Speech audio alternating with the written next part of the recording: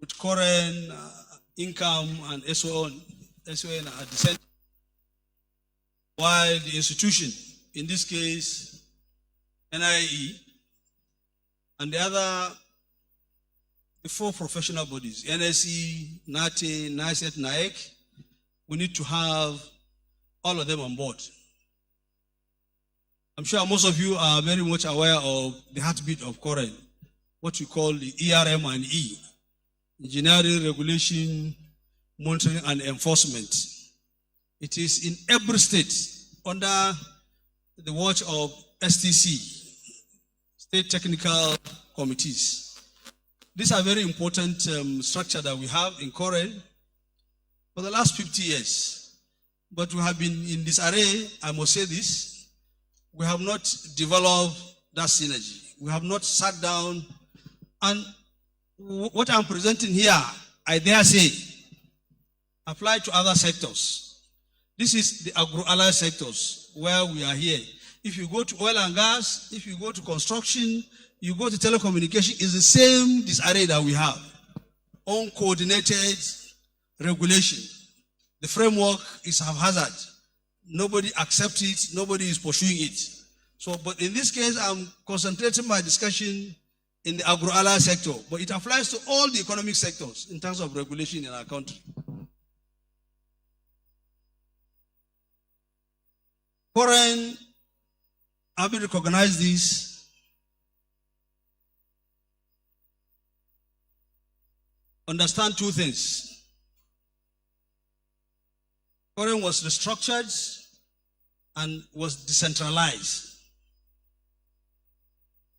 Be able to ensure that we change the narration and we change the operations. And the following were achieved. We created 7 regional steering committees with headquarters in Enugu for Southeast, Port Harcourt for South-South, Lagos for Southwest, Abuja for North Central, Kano for Northwest, and Gombe for Southeast. Most of these have been inaugurated. They are to oversee the state offices. So we have a smaller council at regional level, and you see a lot of the things that, the logic on this.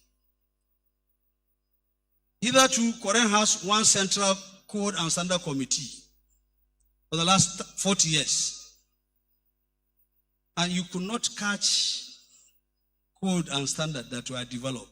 Not because we don't have the capacity, but because the structure was faulty. Code and standard are discipline-oriented, sector-oriented. Now, when you have talents from different fields and you ask them to develop code and standard, it is an impossibility. They cannot do it. So we decentralize that. We now have 11 code and standard committees, and there is one for agri-allied sector. And the chairman of NIE is the chairman of that committee. Similarly, all the 11 sectors, you see them. And then the central committee that clears whatever they do is chaired by NSE president. So we retain the old committee, but these are the feeders on the different sectors that are supposed to be. And we have started seeing, the different. We just finished one.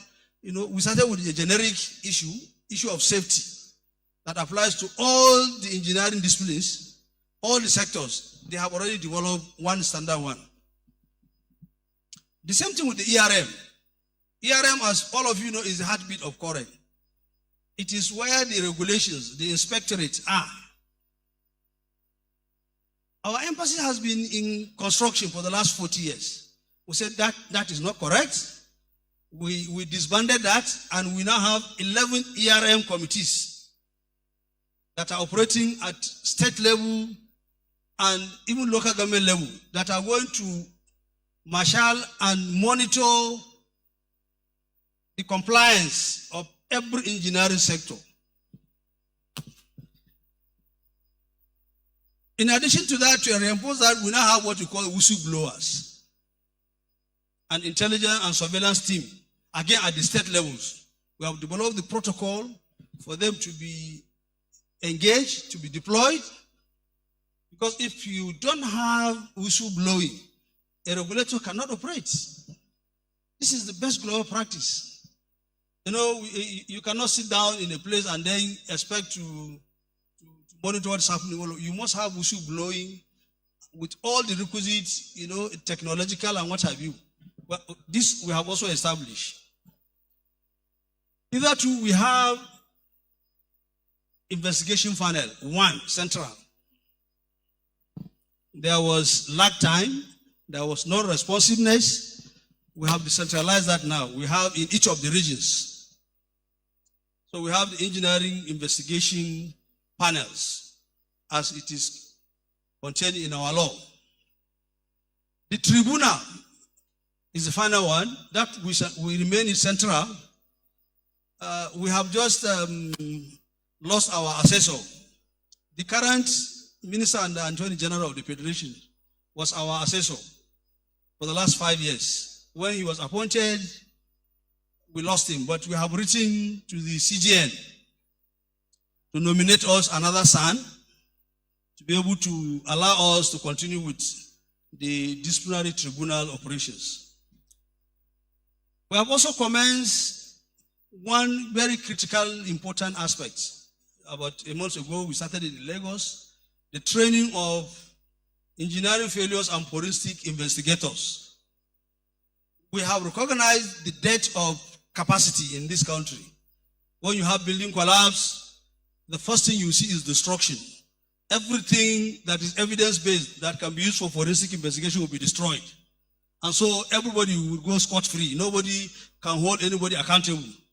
That we have sat down and we have addressed. We developed a tripartite collaboration with NIBRI and the Chartered Institute of Forensic and Fraud Investigation. We mounted a training. The first one was in Lagos. About 100 people were trained last month and certified. I believe this is the way to go.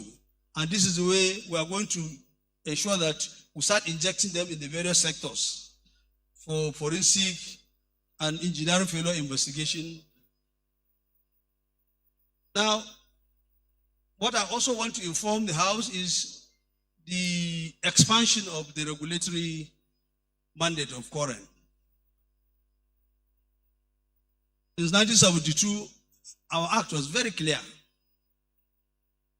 The heartbeat of the act of Current is to regulate engineering education, engineering professional development, and engineering practice in all aspects and ramifications. But accidentally, Current concentrated on the red colored. For the last 40 years. I'm sure most of you will agree that when you hear anything about Current, it's about construction and built environment. Other sectors were sidelined. Inadvertently, this, we believe, has been responsible for our very low impact and for our low penetration at the grassroots. So Current went back to its mandates, went back to the amended Act 2018 and expanded its scope guided by our law. We now have 11 sectors as listed here. You can see the first one is agro-allied, which is of relevance to this conference. NIAE, income, and what have you. This is your sector that we want you to deepen, and penetrate into this sector for regulation. Of course, we have gone far in other sectors like oil and gas, like manufacturing, and power. We have started doing that. We have signed a lot of MOUs with a lot of the regulators that I will mention later. We have developed code and standards. And I must say in this regard, NIAE has been tagged as the champion of code and standard in the family of engineering. I don't know the count now, but I know between NIAE and any other division of NSE, the margin is very wide. I know my last count is we're having more than 30 to 40 published code and standard. The next in the family of NSE does not have up to 5. I dare say this. But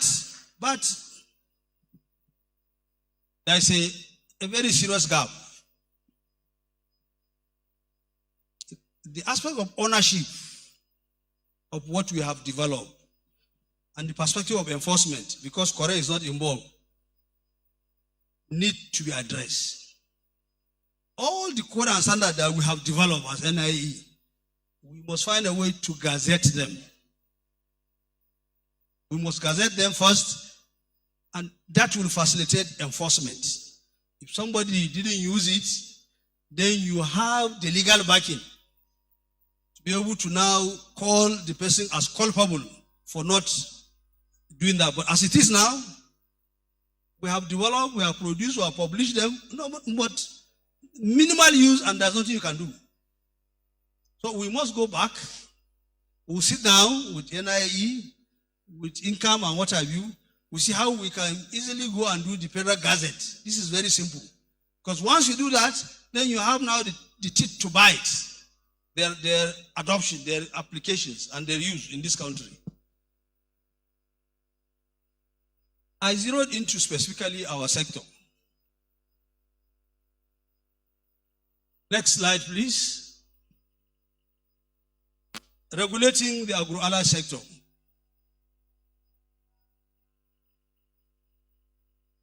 Under the new arrangement, the Code and Standard Committee that I spoke about is being chaired by NIE National Chairman, with income as the Deputy Chair. And other relevant disciplines, like mechanical, civil, water resources, about 12 of them are the ones that have formed that committee with SON, with other bodies that are supposed to play a key role in the code and standard on the agri sector. The same thing with the ERM, Engineering, Regulation, Monitoring and Enforcement Committee. We have established inspectorates. At the state level, you have inspectorates where you train engineers, technicians, technologists that are members of the associations to be able to be the inspectors, that will be able to inspect, enforce, compliance in any aspect of our profession. We have developed protocols, a lot of protocols and checklists to ensure uniformity in enforcement and compliance across the country. Like I said, we are planning to reach out to NIE and NCAM, see how we can initiate the gazetting of the large number of code and standards that we have developed so that we can have the flexibility to enforce them for compliance in this country.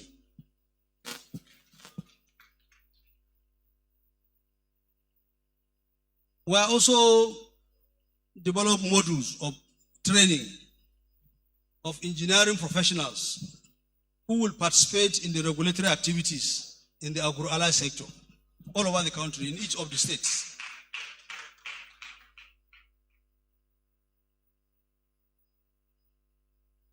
And specifically, please, next slide. Specifically, I want to move a little more into the relation between income and Korea. The expansion of the 11 sectors for regulation in Nigeria demand that if you isolate agro-allied sector, demand a change of attitude, a change of approach between Korean and income.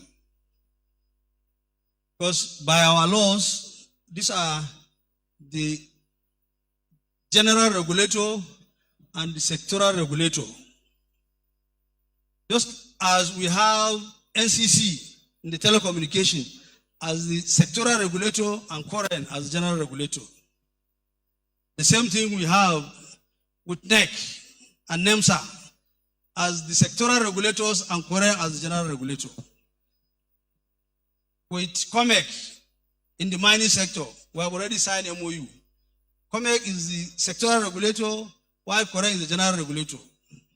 The same thing with MCDMB. We have signed MOU with them in the oil and gas sector. MCDMB is the sectoral regulator, while Korea is the general regulator. So in our sector is the same.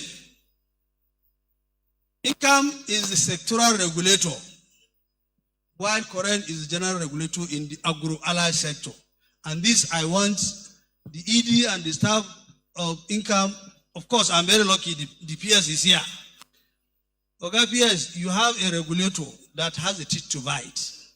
We should enable them to see how we can synergize with NIE, bring in the technical content so that we can begin to bite in terms of regulation, enforcement, and compliance. I brought the other line is of importance. In the Act of Koren, there are categories of what they call engineering firms. And I want this to be understood very carefully. In the engineering firms, there are categories. We have firms that are involved in construction, farm structures, manufacturing, fabrication, repairs and maintenance. Very, very importantly, vendoring of agri machineries and equipment, which is part of the theme here, vendoring. I'm sure if you go to Lagos, you go to Aba, you go to Niae, you go to Kano, you go to Ibadan, you will see massive numbers of vendors who are not licensed, who are not certified. And they are just doing what they like. And we're here sitting down. This is part of the regulation that NCAM and Koren supposed to sit down and articulate, and then use NIE members. Those that are in NSC, those that are in NATE, in NICET, in Niae, to be able to ensure that we sanitize the system, the ecosystem in engineering as it relates to our sector. This is very, very important. So you do certification and licensing of the firms. You do accreditation of all registered engineering firms. You do the inspection and verification of the licensing and accredited firms. And then you develop activity that will stop or close premises or sites that are not in compliance with the standard, with the ethics that we have developed. We're supposed to begin to see NIE members who are registered alongside with NCAM, with Koren, closing shops that are not in compliance, closing sites, closing farms, a lot of things that are not in line with our standard. You should close them. Even manufacturing firms, premises, close the premises.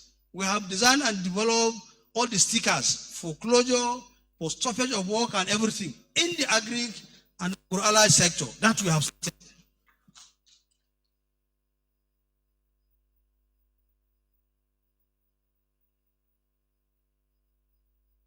Next slide, please. How do we sustain these beautiful initiatives? By the way, I'm sure many of you don't know that almost 2 years now, Koren has been taken out of federal government funding. We have been on our own since January 2023. And I dare say, even though we don't have funding, we have sat down and innovated what we should do, but we enjoy the freedom now as regulators because we are doing many things without interference. I understood very carefully what my PS was saying. We are also a federal agency under Ministry of Works. Now we are free from some of those things you are saying because nobody is giving us kobo, but we need to sit down and find a way, how do we sustain this beautiful initiative that we have started? And some of the items that I mentioned here is to train all our members. whether they are in NSC, they are in NATE, they are in Niae, and what have you, and drawn from NIAE and from NCAM. We train them, we license them, we certify them to begin the ERM work, the inspection work, the enforcement work at the state level. All these are issues that I have explained here. For want of time, I will try to go to some critical areas. Enforcing these will definitely address the issue of quality and performance. I believe these are very important. Our products are not sellable, they cannot compete. And when we import, we bypass quality control. I'm sure if you allow Director of Income, we'll be able to explain that to you. We become a dumping ground, a junkyard for any imperial substandard product called machinery or equipment. This we must stop. And I believe when we sit down, this is doable, this is achievable. The same thing with safety and environmental consideration. Because we don't do that, even the NIAE code and standards, nobody comply with them. Not to talk of the ISOs or the FAO guidelines and what have you. These are issues that we must sit down. And then we can pilot some key areas. We want to go into environmental perspective, we want to go to farm structures, we want to go to machineries, whatever we want to do, we can sit down and then identify areas of entry points where we can begin to showcase that we are indeed responsible for our country in terms of regulation. If we don't do this, then the economic and industrial implications are very clear. There is very little to say about that. You don't have standardization, you don't enforce it, then, of course, they are not going to attract investment. Nobody will come and open, assembly plants for you. So many things will not happen. This we know. And then, of course, if you want to look at it from the perspective of foreign exchange, earning, and what have you, it will just be a dumping ground. People will be taking our resources and our economy. I think these are very obvious decisions. I try to give our three examples, case studies.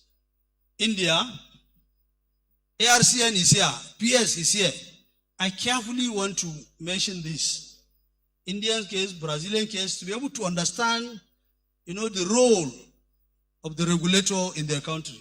In the case of India, the Indian Central Institute of Agricultural Engineering coordinates the national testing and certification under the Indian Center for Agricultural Research, like ARCN. This one is replicable, we can replicate it. Compliance testing is mandatory for all implements, ensuring equipment safety and operationality. This has increased the adoption among smallholders and expanded the local publication capacity. I just summarized the Indian experience. This is something we can do. The Brazilian, they have two organizations.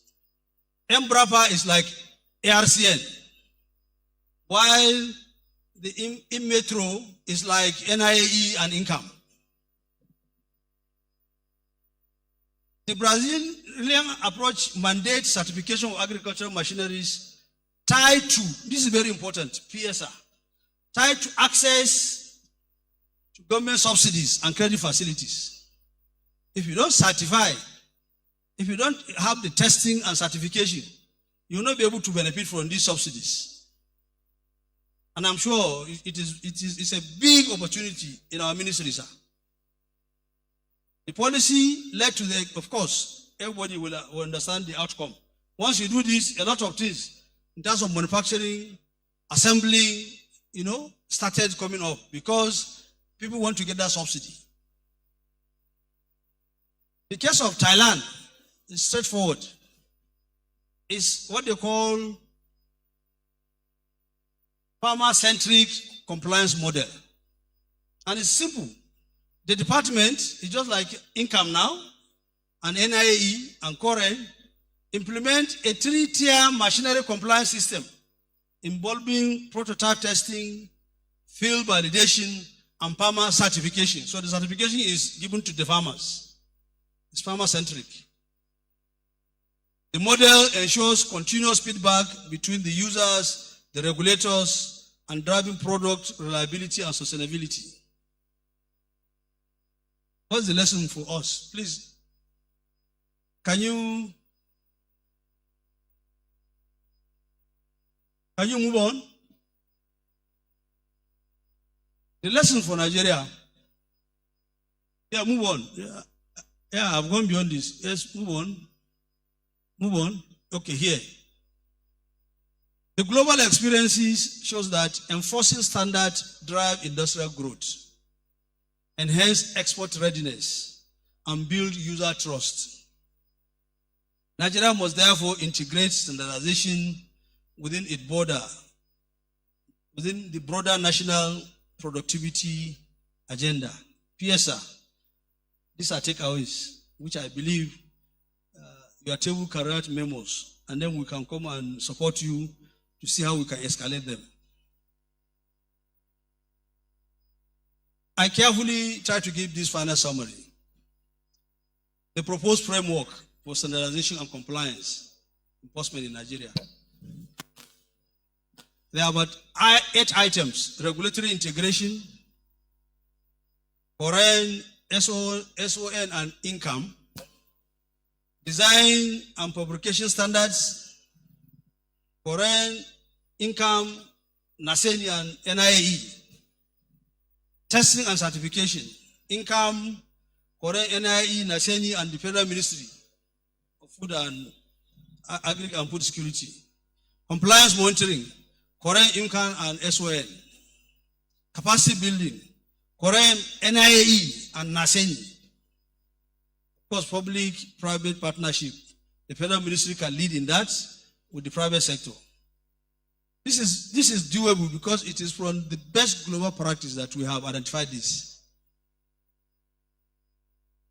The expectations are very easy: enhanced productivity, industrial growth, safety and reliability, environmental sustainability, and then global competitiveness.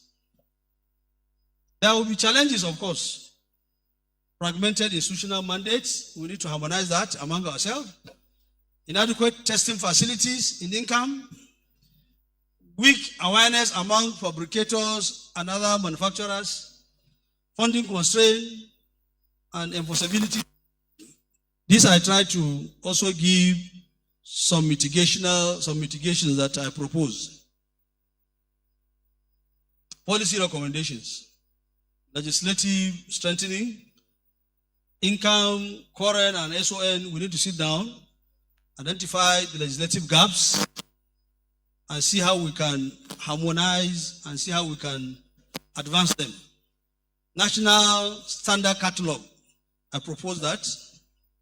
Fiscal incentive, digital compliance system. This is something that we have to do. And then, of course, regional collaboration. These are very far-reaching policy recommendations that I believe can address the topic we are treating at this conference. I want to also give a takeaway. Foreign has already resolved. Please, can you move? Can you by slide to go global? Global benchmarking. Yes, here. Thank you. Stay here. Global benchmarking. We have, thank you. We have already jumped into the ring to partner with our regional and global colleagues to be able to make sure that we are not local anymore. Because our human capital is our most important strength, which we can export. We have talents, but nobody recognizes them beyond our borders. Not because they are not talents, but because we have failed to link up, to have the global recognition, to be peers with our partners. Korea has started that journey. At African level, we have started doing that. We are championing what you call African Accord for all the engineers in Africa, So that when we have the MRA, that MRA means mutual recognition agreement between West Africa, East Africa, South Africa, Central Africa. That will lead us to the African Accord. So that we have a good bargaining power with Europe, with Americas, with Asia and Pacific. And beyond that, we are members. Korea has already made Nigeria to be a member of PIAP, Federation of International Engineering Group in Pacific and Asia. We are members of PIAP. The most important one is IEA, International Engineering Alliance. Under it, we are not seeing the bottom of it. Under it, we have 3 accords. There's what we call Washington Accord, Sydney Accord, Dublin Accord. Washington Accord is for the engineers globally. Sydney Accord is for the technologists and technicians. And Dublin Accord is for the craftsmen and artisans. Nigeria has started the journey on the first one, the Washington Accord. We have become members, what they call provisional members, being the second country in Africa, aside South Africa. What this means is any engineer in Nigeria that is trained in any university and that is certified and licensed by Korea can go and practice anywhere in the world because he is now recognized as an equal. For the Dublin is for the craftsmen and the artisans, while for the Sydney Accord is for the technologists and technicians. We have started the journey on the other 2 accords. This is something that we must do because we have a lot of talent to export. We will change generation that a competent engineer in Nigeria will have to hide his certificate and go and become a laborer in Europe or in Asia. That should not happen again. And that is the trajectory and the journey we have started. We are changing this narration and it's going to, South Africa is the only country in Africa that is a member of Sydney, Dublin, and Washington Accord. Nigeria has gotten the first one. Kenya this year in Mexico joined us. Kenya is now the 3rd country, and then Mauritius. Many countries are trying to get to that because of the realization of the globalization of workforce, the uniformity, and then what they call the mobility. We must create opportunity for our people to be mobile anywhere and to go and rub shoulders with anybody in any client as engineers or as technologists. In conclusion, I think basically I just want to say that we need to look at this theme very carefully and let's do the working. And I think a lot of information has been provided. From our own perspective in Koren, we believe we need to sit down and sign MOUs, develop very deep synergy with NCAM, NIE, and any other partner that is critical in the agro-allied sector. This we must do, and Koren is ready to lead. The federal ministry, of course, Naseni is a potential candidate. We must weather the strategies to go and sit down with them. We must find a way to do that because they have the potentiality, and we shouldn't dismiss them because they are given, I think to a large extent, they are the one competing with MCDMB. The issue of local content. If you carefully understand the act of Naseni, that's why they are going, and it is global. They can jump into our agro-allied sector. So we must go and get them. We'll sit down with them, with NCAM, with Koren, with NIE. Let's sit down and close the door and see how we can come up with something that is going to solve our problems. I thank you very much for listening.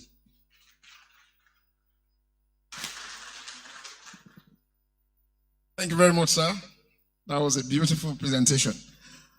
And several points have been made that we need to take note of. For example, there are different divisions of current, NSC, that needs to come together to work in the area of enforcing certain regulations that we have. But how do we come about this? But I want to crave your indulgence. We won't take questions now. Let's have the second paper presented, and then we'll take all the questions together. And so with that, I want to invite the WABEM president to come over and take the stage. Please, let's give her a round of applause.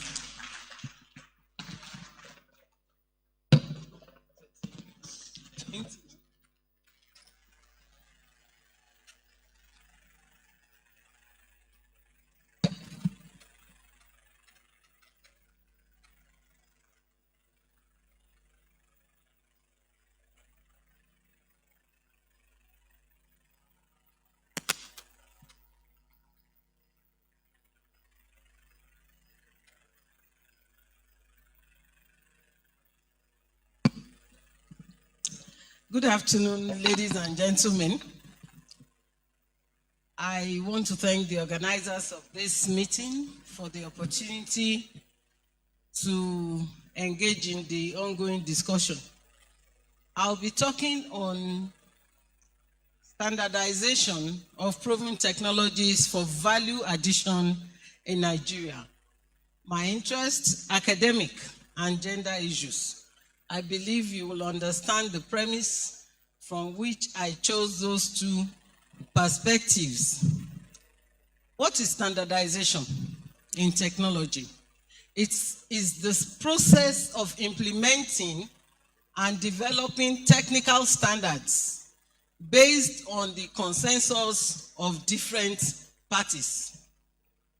And it involves quality control, equipment specifications, safety and hygiene, testing and certification, and also technology adaptation and transfer. Standardization of technologies is the bridge between innovation and commercialization, and it ensures that equipment developed are technically sound, economically viable, safe and environmentally friendly, and uniformly produced for consistent results. We know that the technologies we have do not meet all these criteria. Now, there are different types of standardizations: product standardization, process standardization, information standardization, and performance. In this conference, most of us have in mind standardization of equipment. But it is not only equipment that need to be standardized.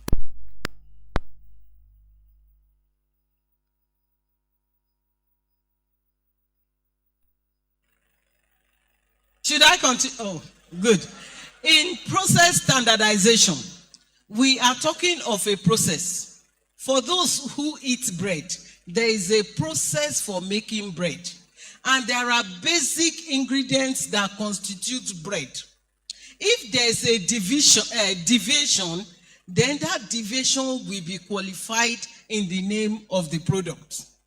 But here, we call everything bread. Whether it's brown bread, green bread, granite bread, I hope you understand. In developed countries, bread is not bread. It is qualified because there is a standard procedure. Anything called mayonnaise must have egg yolk.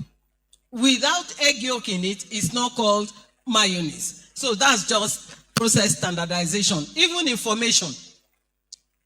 For those of us in academics, we have a way we write papers. An academic paper is not the same as a blog. We know what a blog is. So information passing is also standardized. My predecessor was talking about Gazette. There's a way it is written. That's standardization. So I have an example here of standardization of a flash dryer. That's not my focus. The importance we have said: quality, safety, changeability of parts, which is one of the most things. If you go out to the market, you want to buy a part for a grater. There is no shop that sells parts for agricultural equipment. You have shops that sell parts for cars, but you cannot go to any shop that sell parts for agricultural equipment. You must go back to the manufacturer. And if we don't even have a centralized person that makes parts for different types of graters, so that is a major problem. It talks about consumer confidence, local fabrication, export opportunities. You cannot. It just doesn't happen. And then technology transfer. The key stakeholders are listed: researchers, Standard Organization of Nigeria, and the various roles we play. Industries, so fabricators, the government to provide the policy support, and the users. So I have a list of examples of technologies that have been developed in value addition.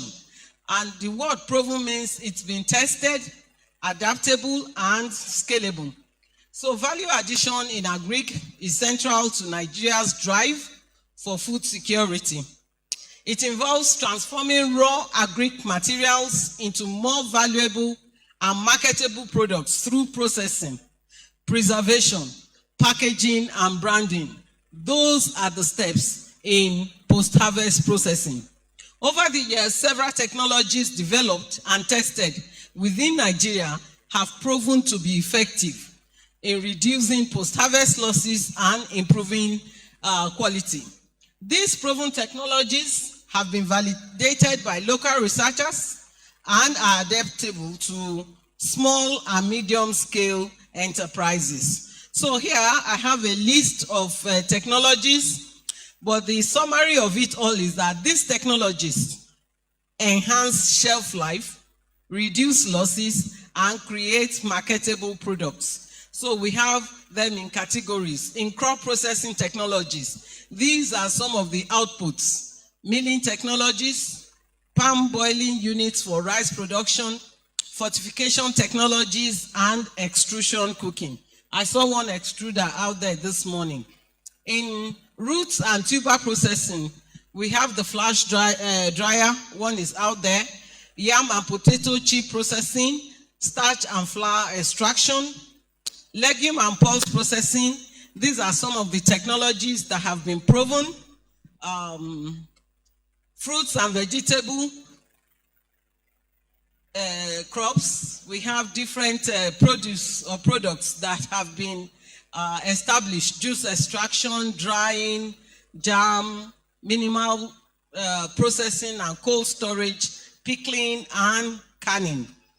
Oilseed and nut processing, we have a myriad of expellers, mechanical oil expellers and filters, and we have the names there. Refining technologies, palm oil value addition, nut butter production. All these products have local technologies developed.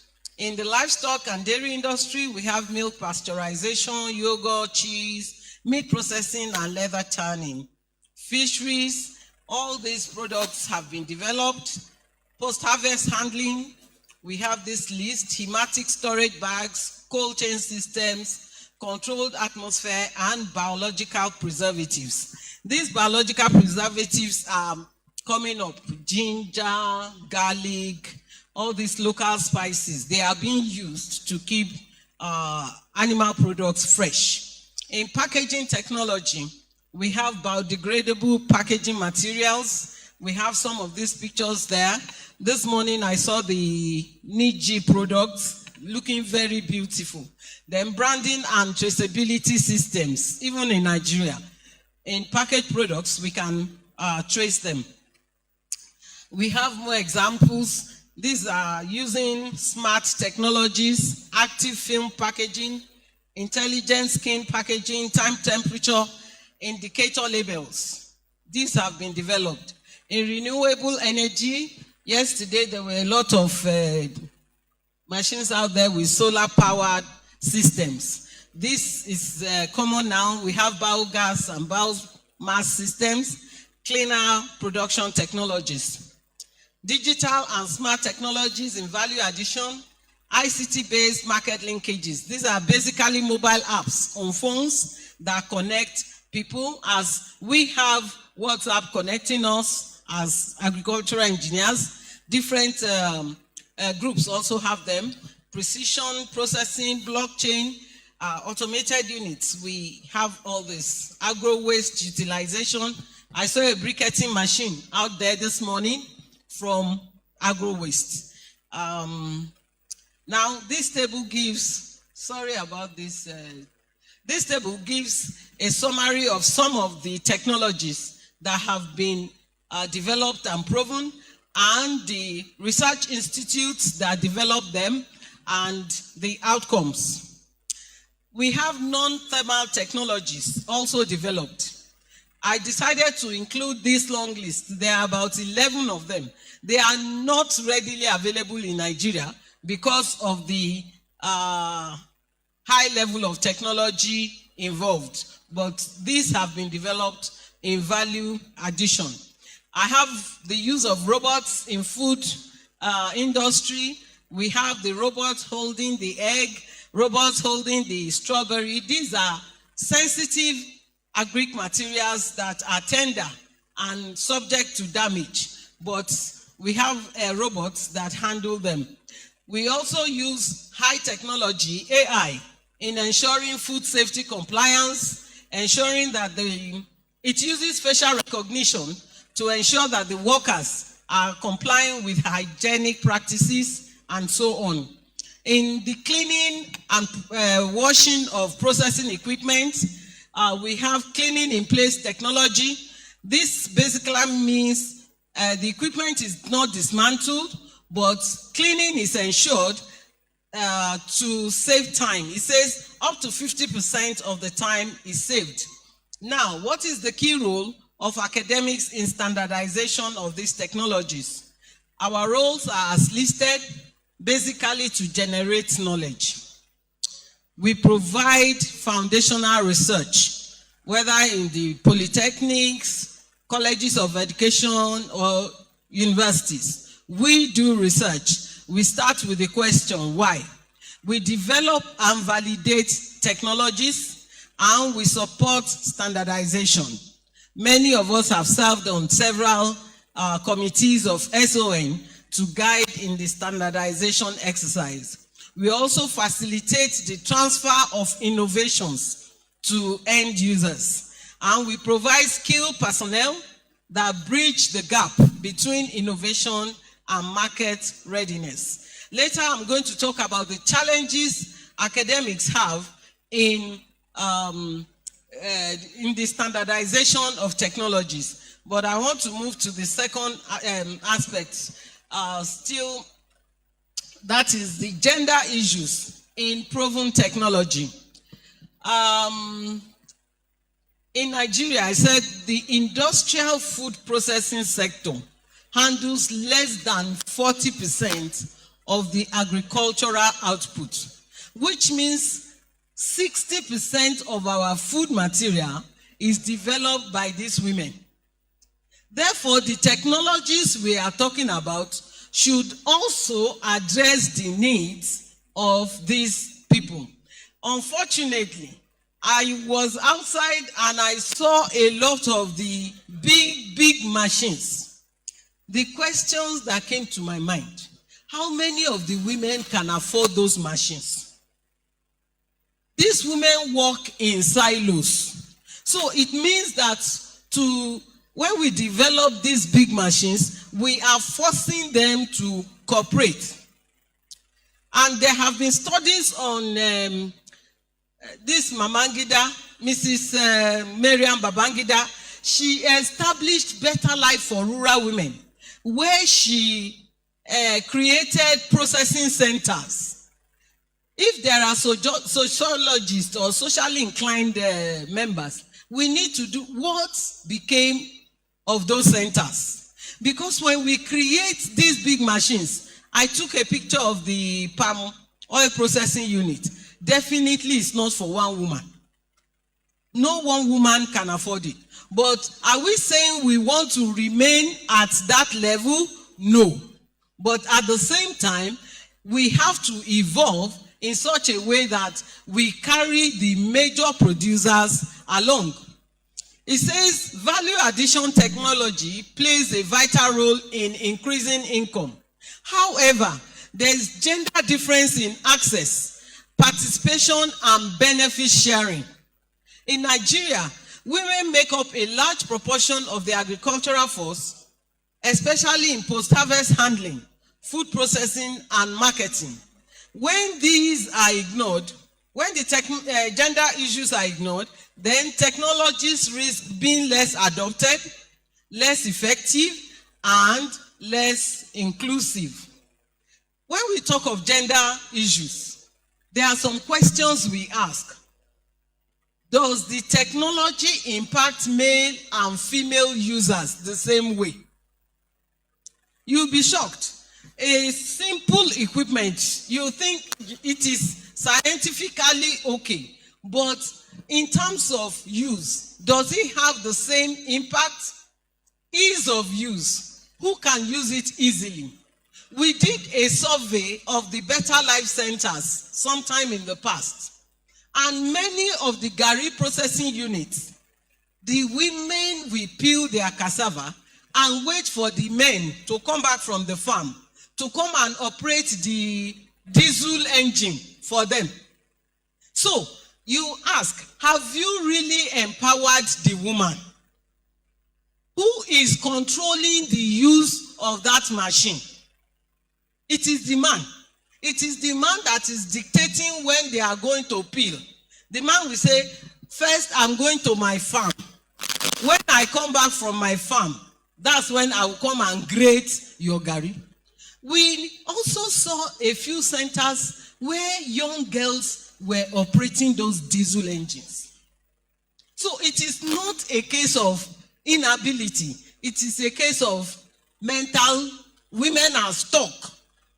Mindset, perspective, believing that this thing is for men. He said, I have enough troubles. Let a man handle that one.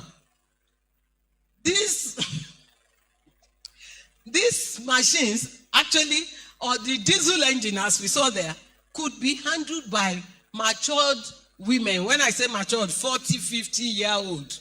But they have set their mind to the fact that it's for men or younger girls. So for our technologies to be adopted, we need to work on the minds of the women. Now we ask, can they even afford it? What can they, it says, what gender issues can we identify? How do we plan to respond to the gender issue? Let me give an example. I read the story of a thresher, grain thresher, mounted on a bicycle. The bicycle, when you pedal the bicycle, it's supposed to generate energy to power the thresher. But it was introduced in a location where women wear only wrappers. So if a woman climbs on the bicycle, her thighs will come up. And that is against their culture. So in the end, all the bicycle-mounted threshers were abandoned. Not because they are not scientifically proven, but for cultural reasons. So, unequal access to technology. Women face limited access to improved technology. They don't have the land or the capital or credit facilities. I gave an example. Improved cassava processing equipment. The mechanical graters may be too expensive or physically demanding for women operators who dominate the sector. Lack of gender consideration in the design. I've just mentioned an example. Equipment too large, too heavy, too complex for the women's regular use, or women technologies are not adaptable to domestic settings or small-scale processing units. I mentioned that at the beginning. The result is that women revert to traditional labor-intensive methods, despite the availability of modern innovations. Limited involvement of women in R&D. Well, Waben is trying to correct this. If we ask the few women here, what area of specialization? I doubt if there's any in farm machinery. Most of us are in soil and water and processing. So if you are if you are not there to influence the design, then the men are doing as they understand. You may ask, why is it important for a woman's perspective in the design? Let me give you an example. Sorry if I'm taking time. If a family decides, I want to travel, father, mother, and children, they say we want to travel. The man that is the head of the house is concerned with the car. He will make sure the tires are good, the engine is good, everything is running smoothly, fuel is supplied. On the day of the trip, he says, family, enter car, let's go. Now, if the woman thinks like the man, you know what that journey is going to be like. Before they do 30 minutes, the baby is crying. Mommy, I'm hungry. Mommy, I want to wee-wee. Mommy, I can't play football. Mommy, I want to drink water. So before they set out, the woman will think, if this baby poo-poos on the way, how do I change the diaper? So she takes an extra one. What food will they eat? If you have to stop on the road every 10 minutes to attend to the need of the child, you will get to your destination. But the man will be so frustrated and angry. I said, I will not travel with these people again. That is going to be his reaction. But with a woman in the car, you get there, everybody is looking fresh, the man is happy. So, up women. So, the perspective of the woman, I have 10 minutes. The perspective of the woman to design. Even in cars now, you see that small hole in front where you can keep your cup, you know. It makes life different. Let me just move on. Let me skip all of this inadequate gender-sensitive training. We've done some surveys. You want to train women. Go to the village. It is the men that will represent them. Or their husbands will say they cannot go out. There are all sorts of barriers that finance have mentioned, these cultural and social norms, distribution. Even after they make the money, it is the men that still control it. And there's another style that men use. Now, if a man has several wives, you know that man has just solved this problem. When he says, I don't have money, he doesn't have. It is the woman that will decide my children must not suffer. So she will sell her wrapper, sell her gold to make sure that her own children excel. So, policy and institutional gaps. He says, R&D programs are often evaluated on productivity and not inclusivity. We are saying that evaluation of innovations should not just be on scientific performance, but also on cultural or social acceptability. Now, I will skip all of this. The strategies, again, I'm skipping this. I have some examples of countries. These slides are in your flash drives. It says, empowering women in research and innovation is not charity. It is smart economics. When women scientists and engineers are fully engaged, innovation becomes more inclusive. Technologies are more user-centered, and development impact is broader and more sustainable. Now, I decided to take a look at this, but because of time, I will not go into details. We are mainly from research institutions. I did a summary. If each department produces at least 10 graduates a year, and there are 40 institutions, that's 400 every year. That means we have 400 research ideas every year. Agric engineering is more than 1970 here. Okay, we are celebrating 50 years. 50 times 400, that's 20,000. What has happened to them? We have not been repeating the same ideas. It is the adoption that is the issue. And we have all sorts of issues here. I'm just going to skip some of them and just go to this one. It says sociocultural and behavioral issues. Resistance to change among end users is a major factor. You develop the machine, test it, and it's good, but the output, nobody is taking it. Look at this. Elubo is made into amala from cocoyam. When we sun-dry it, we have the product at the top right. That's what we are all used to. Now, when you oven dry, you have yellow amala. It is the same thing. Oh, sorry, this is from plantain, but from plantain is the same thing. Now, if you, from this sun-dried one, you get this brown amala. This is what we are all used to. This is what we grew up with. If you serve anybody this yellow one and call it amala, they will say no. But that is the product of innovation. So we have regulatory challenges, market demands, human capacity issues, cultural perceptions, and so on. So, in moving forward, we are talking about strengthening industry-university linkage. Because when we talk of adoption, the major challenge, apart from funding, is the linkage between the industry and the university. Again, I'm not going to talk at length in this. I attended a conference some 3 weeks ago, and they said there's no linkage. I decided. I called 4 food processing companies. And I told them, I just attended the conference. And we are told we are just doing research on our own. We are not solving anybody's problem. I want you to give me a problem. 1, 2, 3.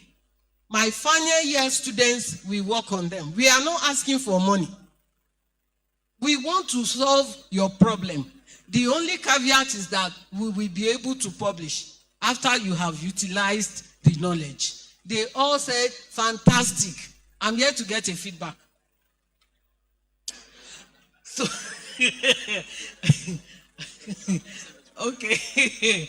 So, these are steps to take in strengthening the linkages, and we have examples. Honestly, when I read this example, it says, create research centers, innovation hubs, and I said, we have all of this in Nigeria.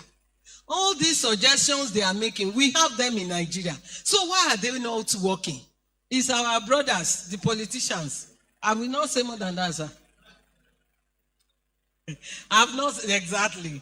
So, again, these are steps to take. I just want to conclude in the way forward.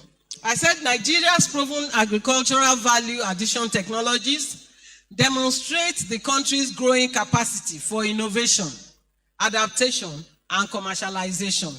Researchers are the cornerstone of agricultural technological advancement.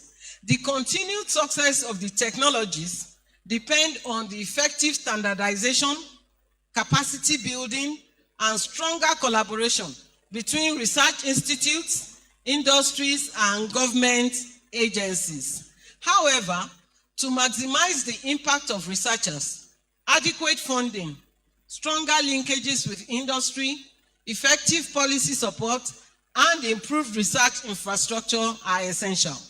Strengthening the research capacity and collaboration among institutions is therefore essential for sustainable agricultural growth and national development.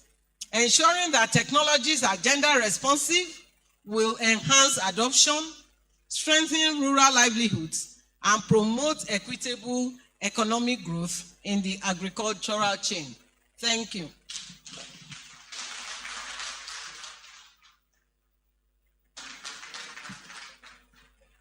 We can do better. Let's put our hands together for our presenter until she sits down. Thank you very much. So, without wasting any further time, we're going to go into the session for interactions, question and answers. But before I open the floor to the audience, there's one adage in Yoruba culture that says when a little child falls down, he looks ahead, he looks forward. But when an older man falls down, in his wisdom, he looks behind him to see why he fell, to know what tripped him that caused that, stumbling. And so my first question to our panelists is that, when I checked just now, NSC, Nigerian Society of Engineers, was founded in 1958. And so we are 67 years now. So in that 67 years, both of you, the two presenters, mentioned stuff around regulatory challenges. And so my question to you, sir, and Ma, what actually did we get wrong at the foundation? What did we get wrong in Nigeria? From my adage, I want us to look back. Thank God we have elders in our midst. From 1958 to now is 67 years of engineering practice. Registered engineering practice in Nigeria.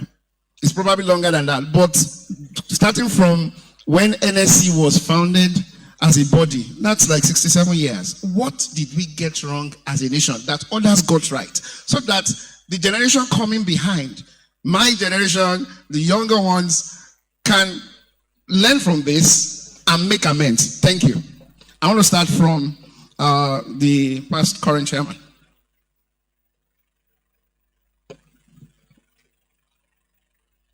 Thank you very much.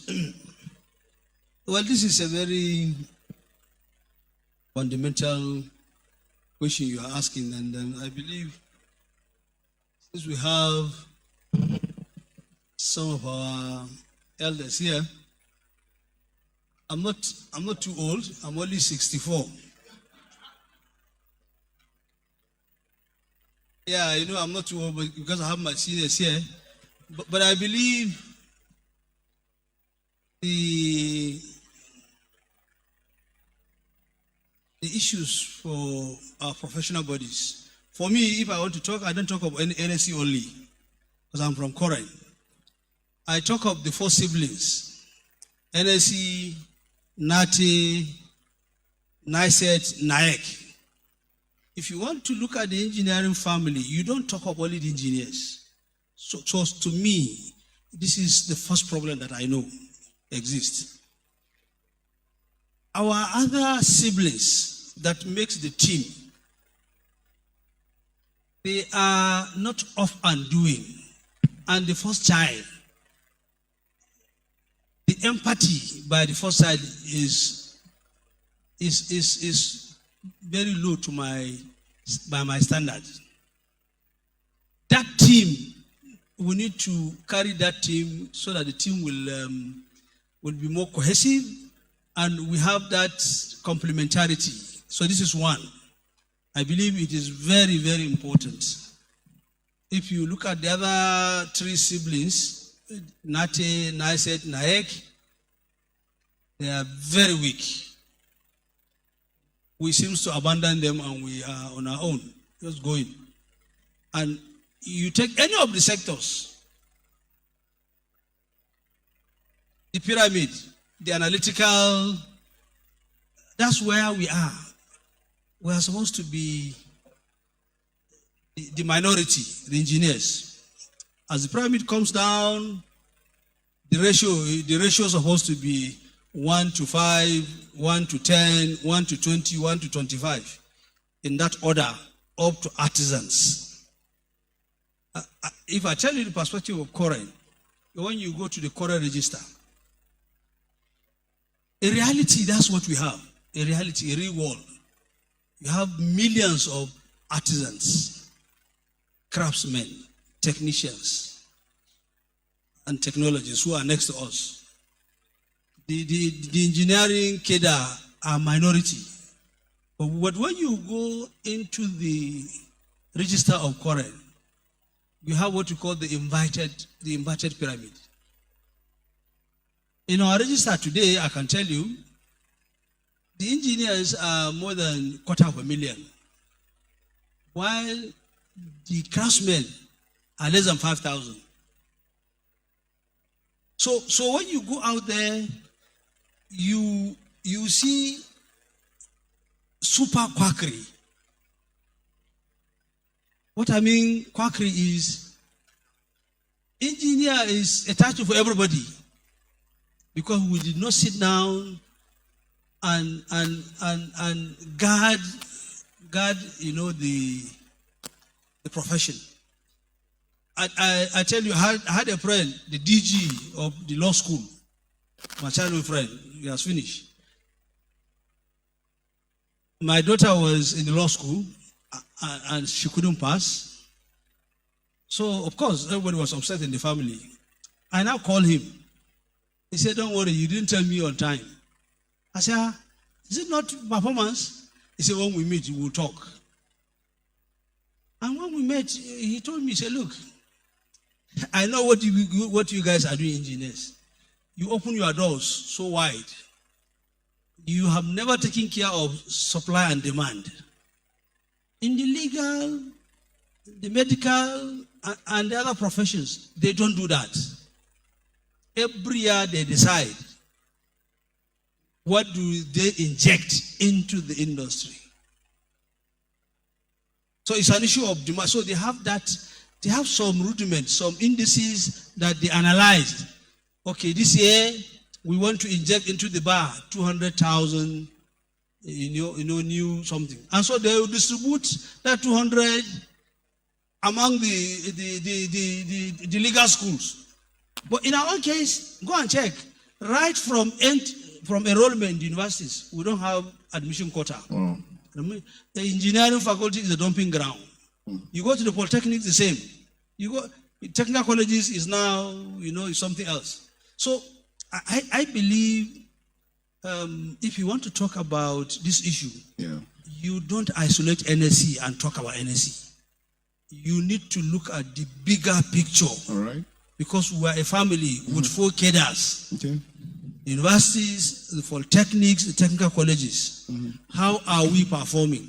And then when you come to a large extent, you give current diversion, the regulator. These 4 siblings, NSC, NATE, NASET, Niae, how are we engaging them?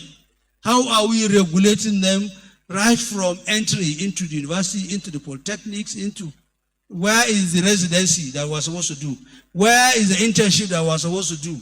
The NYSC, when they are coming out, why are we allowing them to be posted to primary and secondary school? It's the value chain of the entire profession that need an overhaul. Thank you very much, sir. Let me Thank stop you very here. much, sir. Thank A you. round of applause for that beautiful answer. And what I can get from that, in summary, is that it's like we have a platform that should be standing on, let's say, 4 legs, and only one leg is functional. The other legs are not very functional. And that's actually a problem because no stability. All right, your perspective. Thank you. My initial reaction was like that of Engineer Rabi, that our 2 babas here should provide the answers. But I have a few points here. The first one I wrote is too much government involvement. I'm glad that Koren is free of the government now.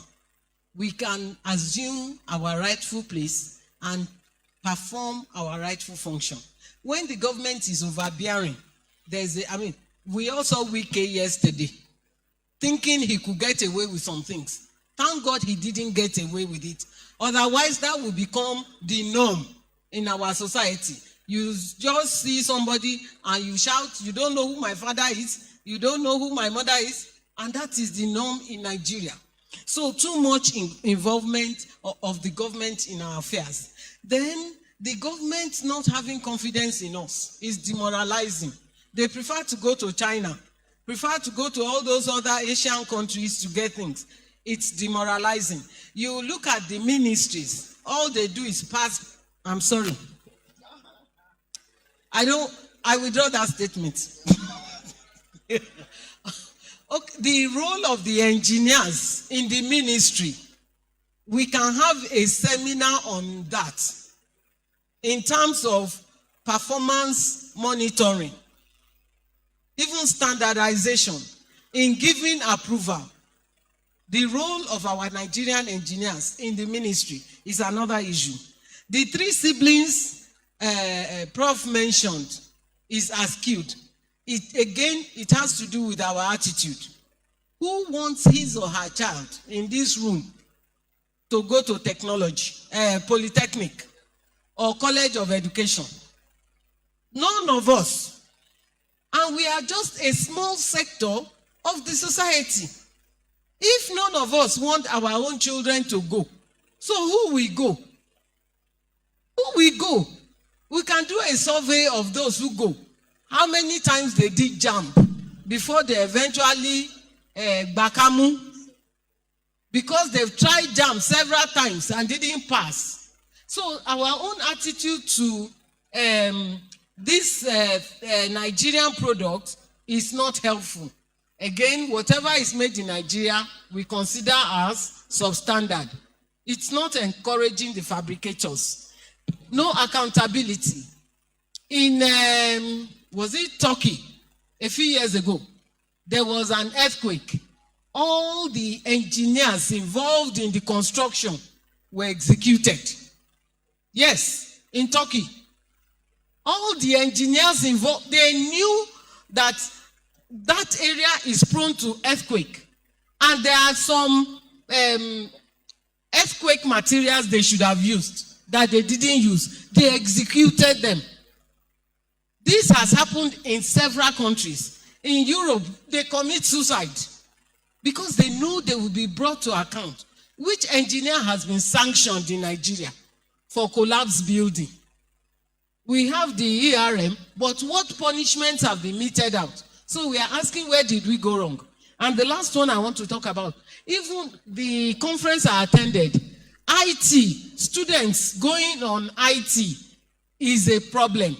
The companies don't want them. When they get to the companies, they put them in quality control where they cannot see production. And I ask, how will they get the required knowledge when they are not being exposed? But the evil our students do, that one is another topic. So I don't blame the industrialists for protecting their secrets. Yeah. Thank you very much. A round of applause for that beautiful answer. Before we go to the next question, I want thank you. I want contributions from the house. Thank you very much. I don't know. There's a hand up here. Thank you. And then there's a hand up at the back. Yeah. Contribute here. No problem. Good morning, all. Allow me to observe the existing protocols. In fact, we had a very good presentation from our elders here. And out of what they have presented, we have made an observations that can lead me to ask some questions and also to react on some of the few things. Before I present my question observation, as my brother Prof. Rabiu said, he's not up to the age of answering this question, that he was 64 when this thing was established. So I also can boost out to tell you my age when the union had established. I was 56 old, so we cannot answer this question. So I am inclined with this information now.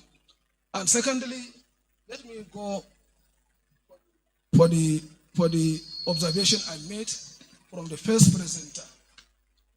Issue of standardization. Both of the presenters talk about standardization, isn't it? Okay. My first listing, brother have presented about the regulatory body and also sustainability of this our current issues, and as well the enforcement from the income or financial aspect, isn't it? So what I want to know here is how can we reach out informations for those of us that are in the local areas or remote areas, that for them to hear about this Koren and other institutions and as well, to know how they can boost out to make the certain role in improving what Koren and other institutions want, isn't it? All right, thank you very much. That's very good. And also, our presenter said also, now the Koren has been dragged out of the federal government funding, isn't it? We want to know when it was being funded and why it was being dragged out. You understand? Okay, what's that question again? We want to know when it was being financial or funded and why it was being dragged out financially.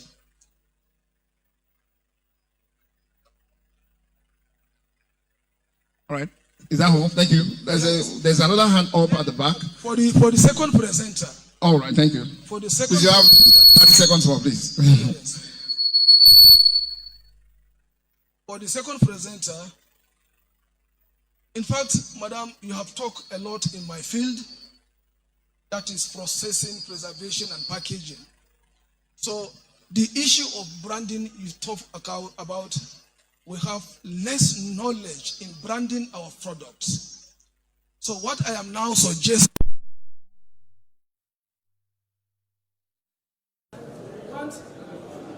panel of our executives to sit down to see how we can improve our curriculum in our various universities, polytechnics, and colleges of education, to see that we have at least made something meaningful to see that we have the word of God this time. I hope you have it. Yes, noted.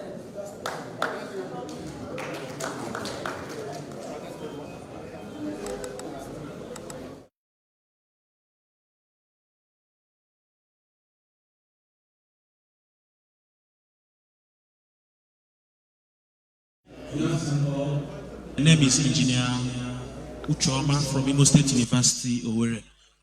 All right, I want to address this question specifically to the current president. Sir, could you elaborate further on the student pupil engineer internship program? You know, there's a proposal we heard about some time ago that Koren is about to embark on a one-year mandatory internship program for engineering pupils.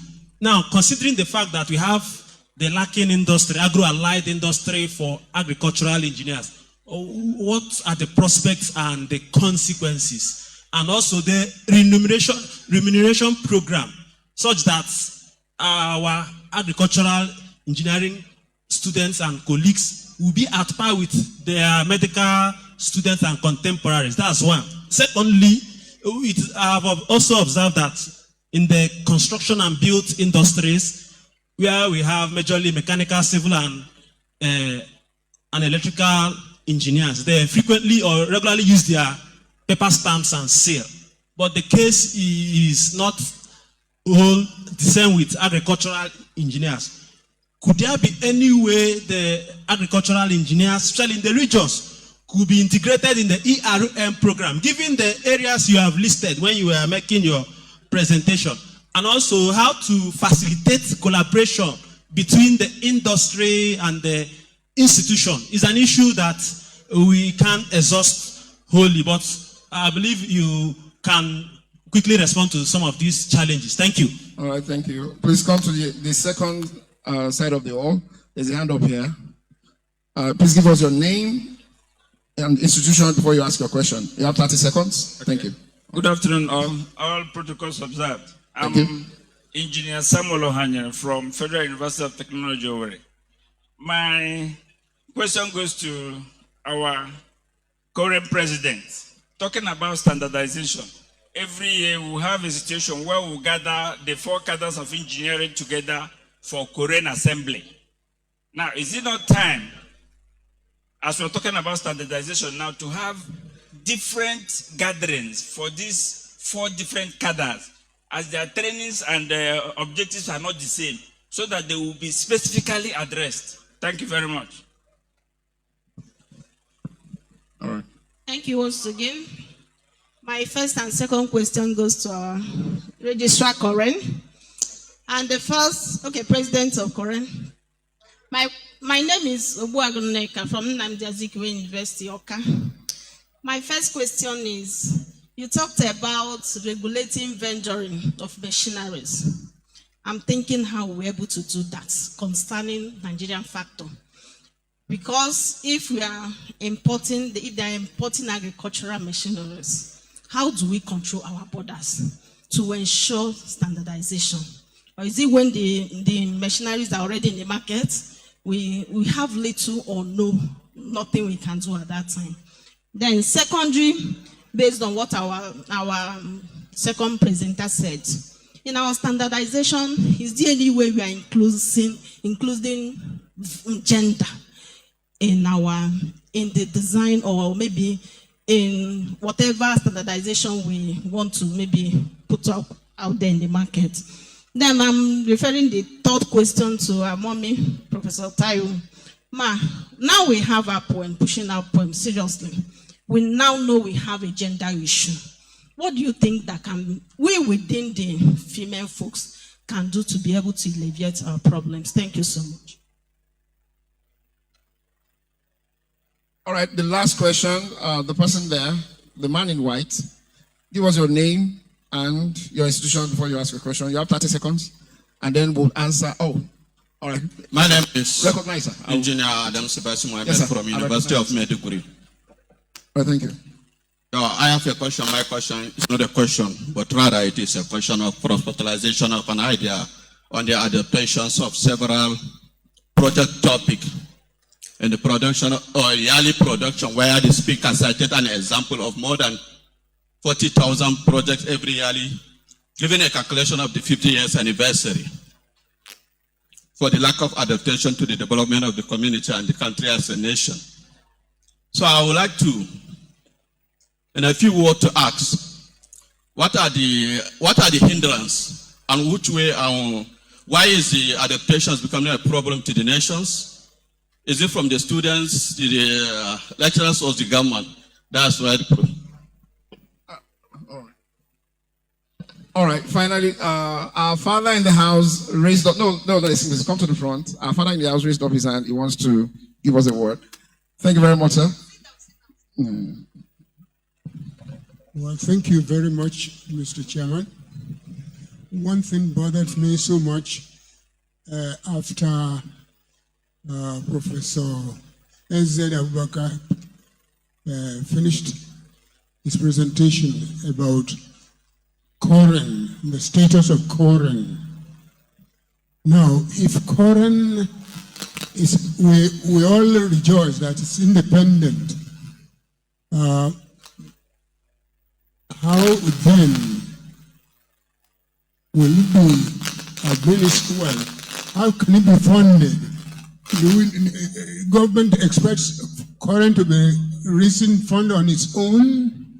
There should be a budget line for Koren in my thinking, without necessarily interfering. But maybe he knows what I don't know. That's why I'm raising this question, because I know what it portends for an organization that is ill-funded. No, and if it's given the free hand to raise its own funds, what controls? There has to be control somewhere. Otherwise, there will be chaos. Thank you very much. All right, let's take some responses right away.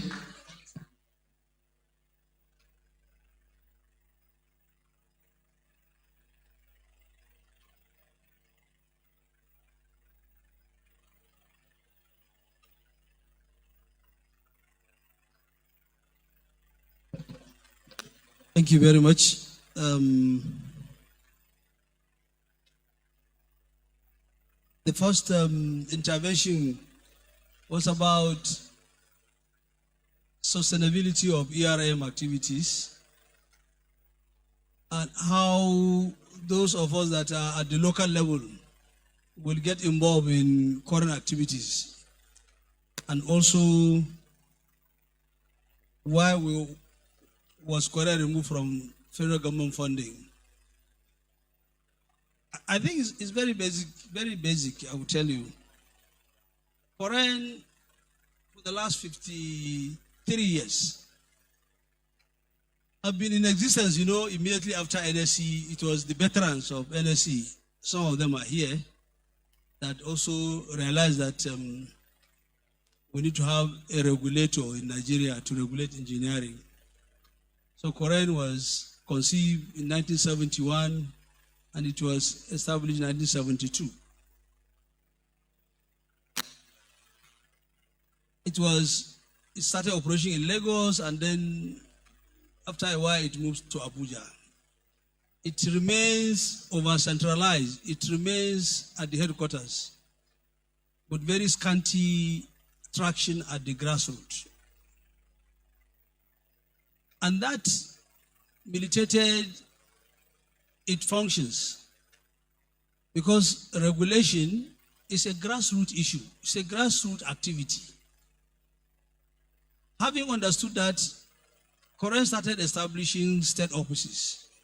Currently, we have functional offices, 25 states. We have offices. In some of them, we built our offices. In some, the Federal Ministry of Works and Housing hosted us, and in some, we are independent secretariats. But the activities still remain centralized. Until of recent, we decentralized Koren, and that's what I said in my presentation. We created regional offices and the state offices, and we have STCs. What we call STCs are the state technical committees, where people like you, engineers, technicians, technologists, craftsmen, are recruited. Those that are registered with Koren, NSC, NATE, Niae sit down and work together. We get persons who are interested to participate in the ERM activities. That is the inspection, the enforcement, the monitoring. So the structure is already there for the last 40 years for you to participate in your state.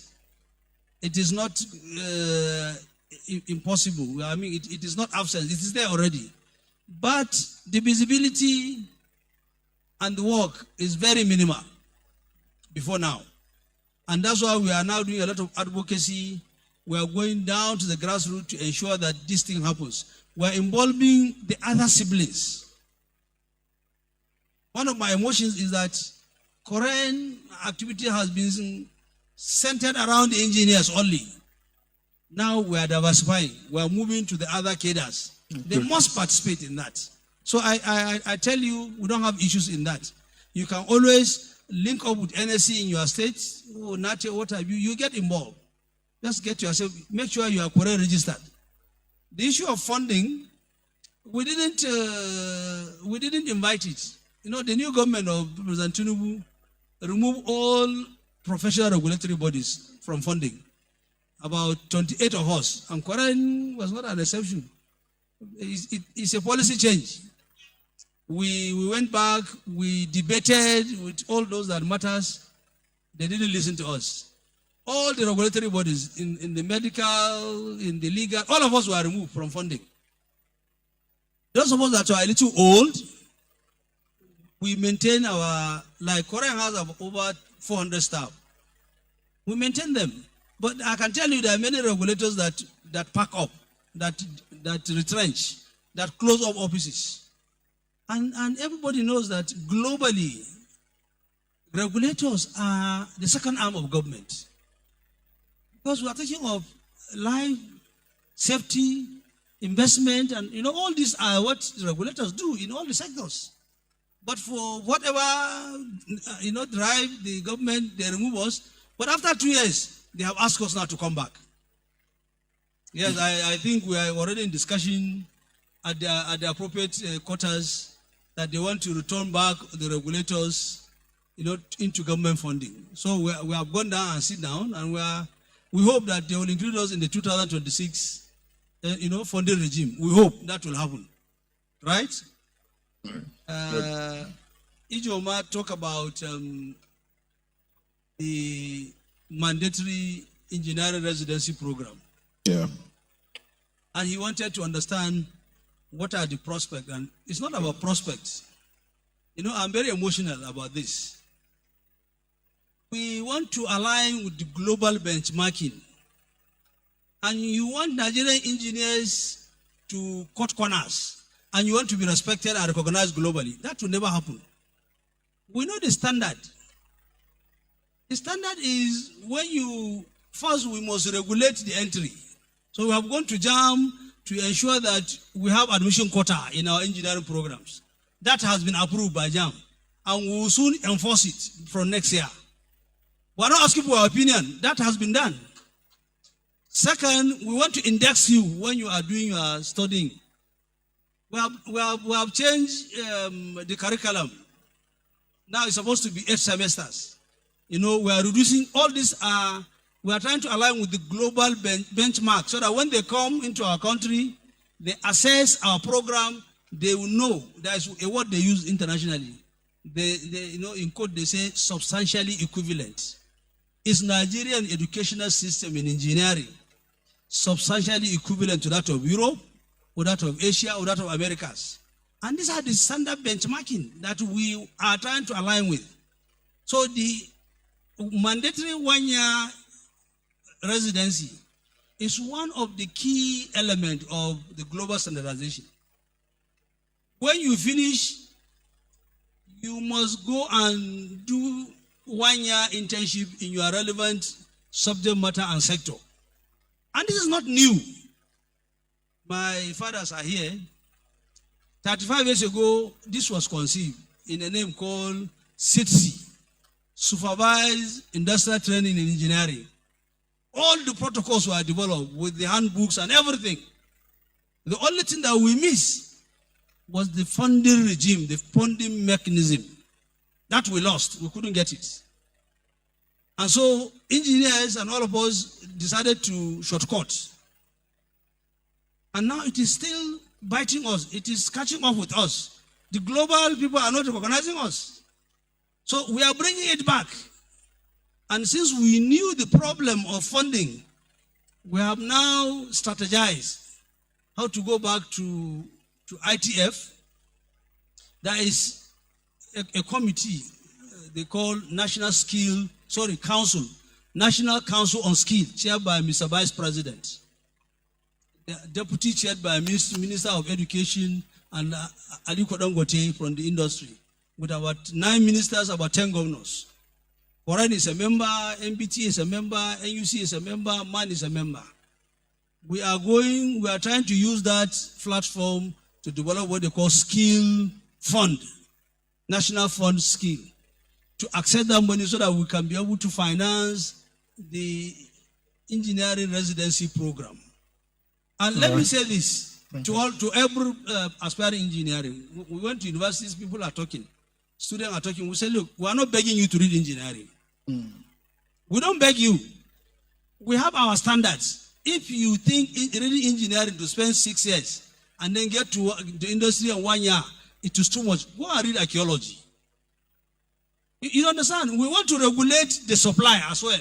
You know, we want to compare ourselves with the medical group and what have you. If you know you want to have a 3-year program in engineering and then you want to come and rub shoulder with the medical person who spent 8-9 years, then you are not getting it right. Engineering profession is equal with legal and medical profession, whether here or globally. Yeah. So we have our standard and benchmarking. If you want to read that, come along.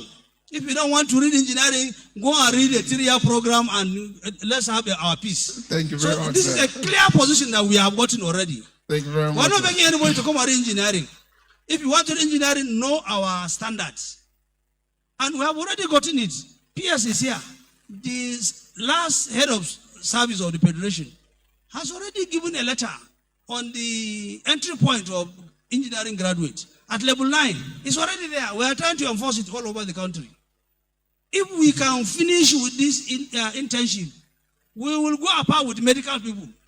Because, I mean, the people in the government, they are not novice. They understand what that means. If you spend 8 years Finally, you come out, you are going to be compared as comparable to the medical person.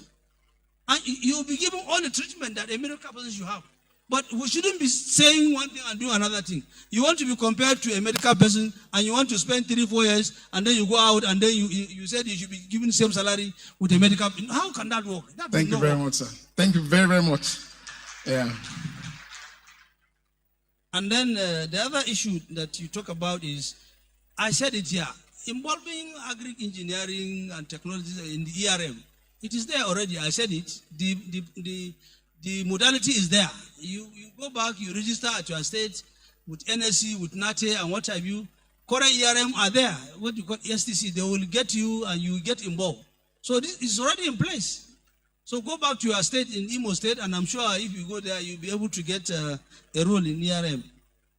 The guy from Futu, I think you are confusing conferences and AGM with current assembly. Yeah, you are. You said Korea Assembly, we are all meeting, all of us. You want us to separate? To go? No.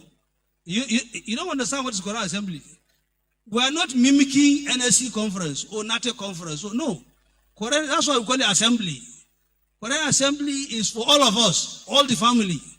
The engineers, the technicians, the technologies, the craftsmen, the artisans. Yearly they will come. They will tell us a problem. What are the issues for you when you are practicing?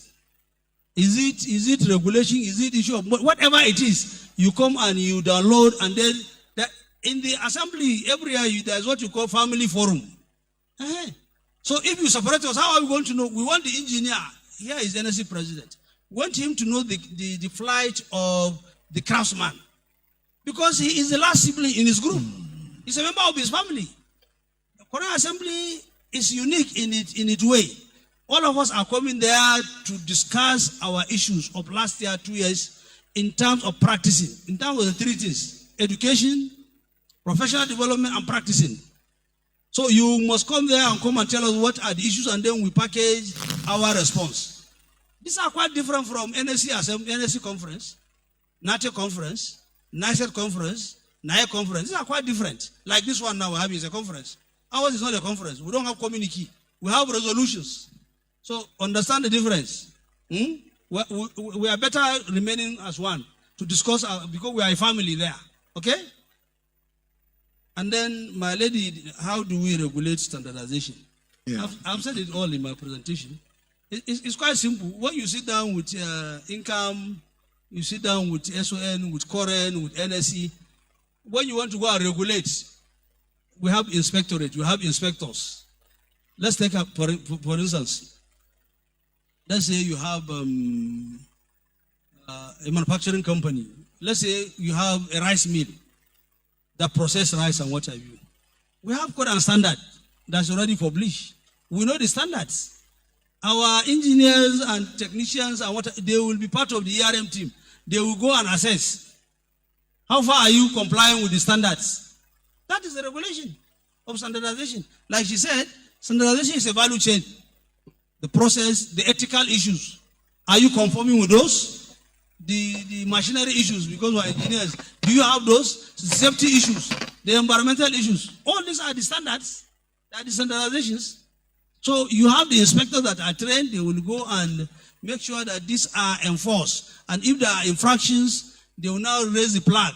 Say, we will close this place until you change X, Y, Z before you'll be allowed to continue to operate. Okay? And then the gender issue. We don't have problem with that now. In my view, if you have a poem, we have even the new one now, you can always involve them. They'll be part of the inspectors now. There is no, I know when I was the chief inspector in my state, about 20 years back, I know I have ladies who are inspectors, who are going out together. So I don't think, in terms of regulation, this segregation of gender something is not, unless you are not interested. If you are interested, you carry yourself, they will invite you and you participate. All right, sir. We need to wrap up quickly, sir. Yeah, let me answer my teacher. All right. Okay, sir. Professor Energy, sir.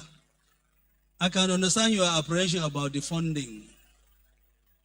we tenaciously resisted that. But you know, when government come with a policy, there's nothing you can do. But I want to tell you that I think government know what they are doing. In our case, in our act, the amended Act 2018, in the third schedule, there is a provision among all the regulators in this country. Only Korean was given that opportunity. We have 0.005% levy that will be deducted from the sum total of all projects executed by federal government in this country. 0.005%. If you take 1 year appropriation budget, you do some very simple computation. It's in billions. Only Korean was given that opportunity among all the regulatory bodies, including even the medical and the dental and the legal. They are not given that opportunity. But sadly, we did nothing about it for the last 10 years. Maybe because it is difficult to escalate. But we have started it for the last 2 years, and we are almost finishing it. We have engaged the Minister of Finance, Minister of Legal, Accountant General, Auditor General, all the key stakeholders, we have engaged them. If we are able to get that, I can guarantee you Korean is in good hands. We will be doing a lot of things with that. So that I want to tell you, sir. But like I said, government is also rethinking.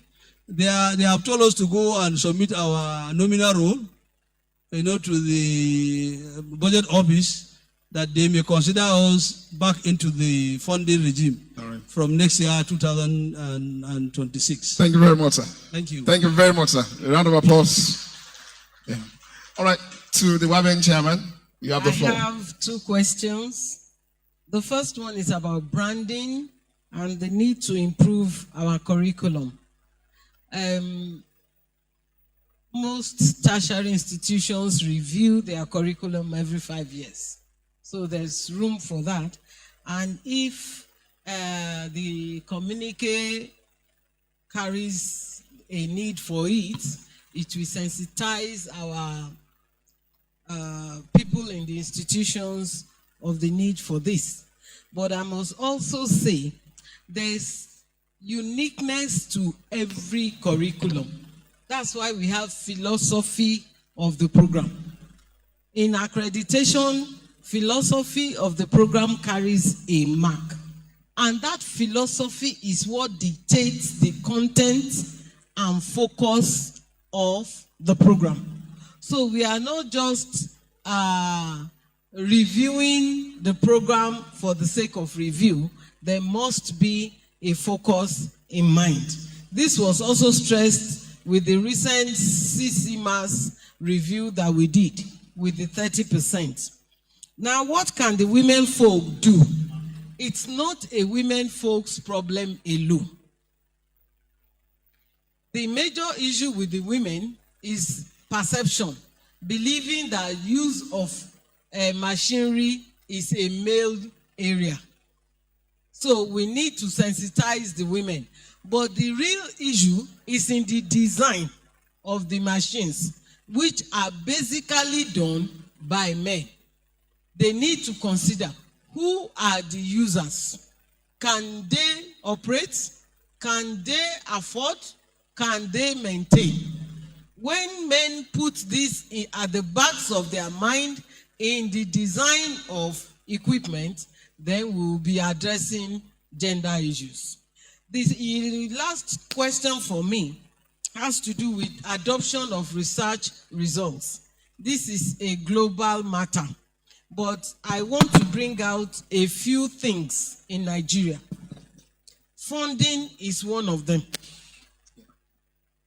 Many projects we are talking about, whether undergraduate or PhD level, they are self-sponsored. And this limits how far the technology can be developed. It is a major limitation. You visit any institution overseas, All you need to do is supply. They have grants. How many bodies? I tried to even do a list of grants giving agencies in Nigeria. You will not find. You get Danjuma, why Danjuma? How many? TED fund is not that straightforward. We don't have so many research or funding agencies like they have overseas. So the funding for research in the institution is not coming from your pocket. I got a paper accepted yesterday. The man said I should pay $2,378 for one paper. And I said my salary is less than $400 a month. That's 5 months' salary just for one paper.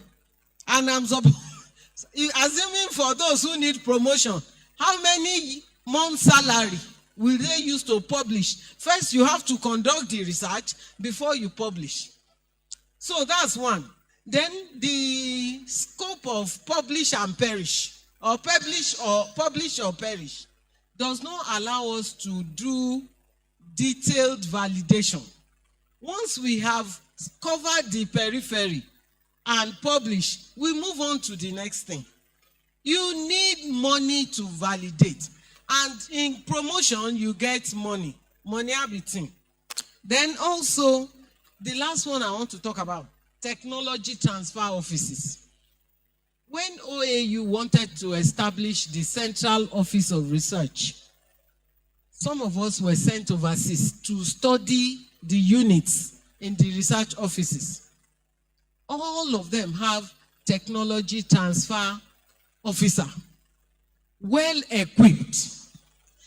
I was made to understand that when you are writing your proposal, it is accessible. It's on a central system, not something you just do in your office. As you are writing your proposal, the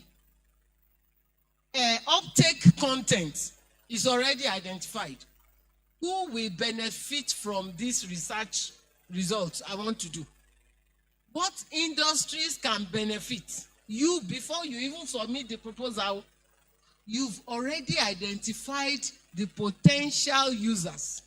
Now, if your proposal is successful and funded, the technology transfer office now starts making contact. Not you, the researcher. Not you, the researcher. Your own work is to keep generating new ideas. It is someone else's work to take that idea to the company. In 1996, we had ASU strike of 9 months. I had just finished my PhD. I developed canned beans, a local equivalent for imported baked beans, using local beans. And during, ASU strike, you say, strategy, sell what you have. I took my beans and I went to a company in Lagos. The company is now defunct. They were producing beans. When I got there, the director or whatever said, "Madam, we are producing for EcoMonk.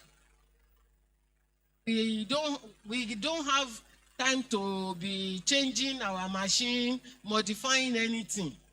And the next question is, "Are you free tonight?" That's a serious one. Wow.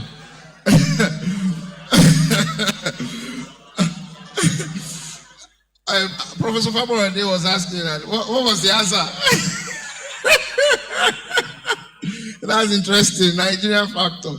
Now, we still have like 5 minutes more. We don't know if there are contributions or questions. Wrap up. We should wrap up now. Okay. Our father wants to speak, Professor Faborade.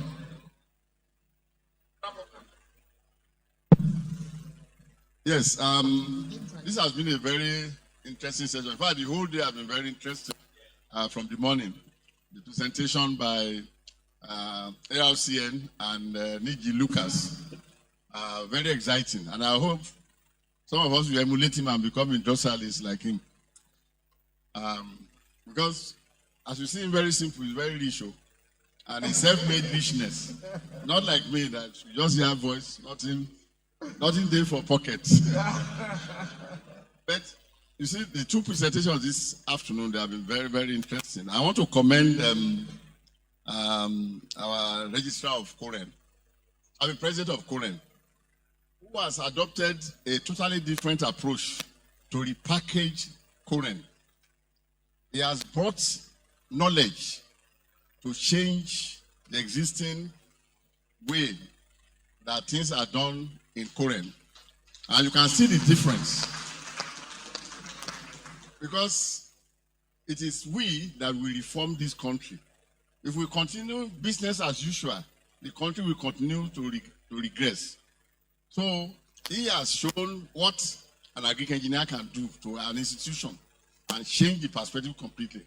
I think it's on the right path, and it needs the support of everybody to change those things. You see, there are two accrediting bodies.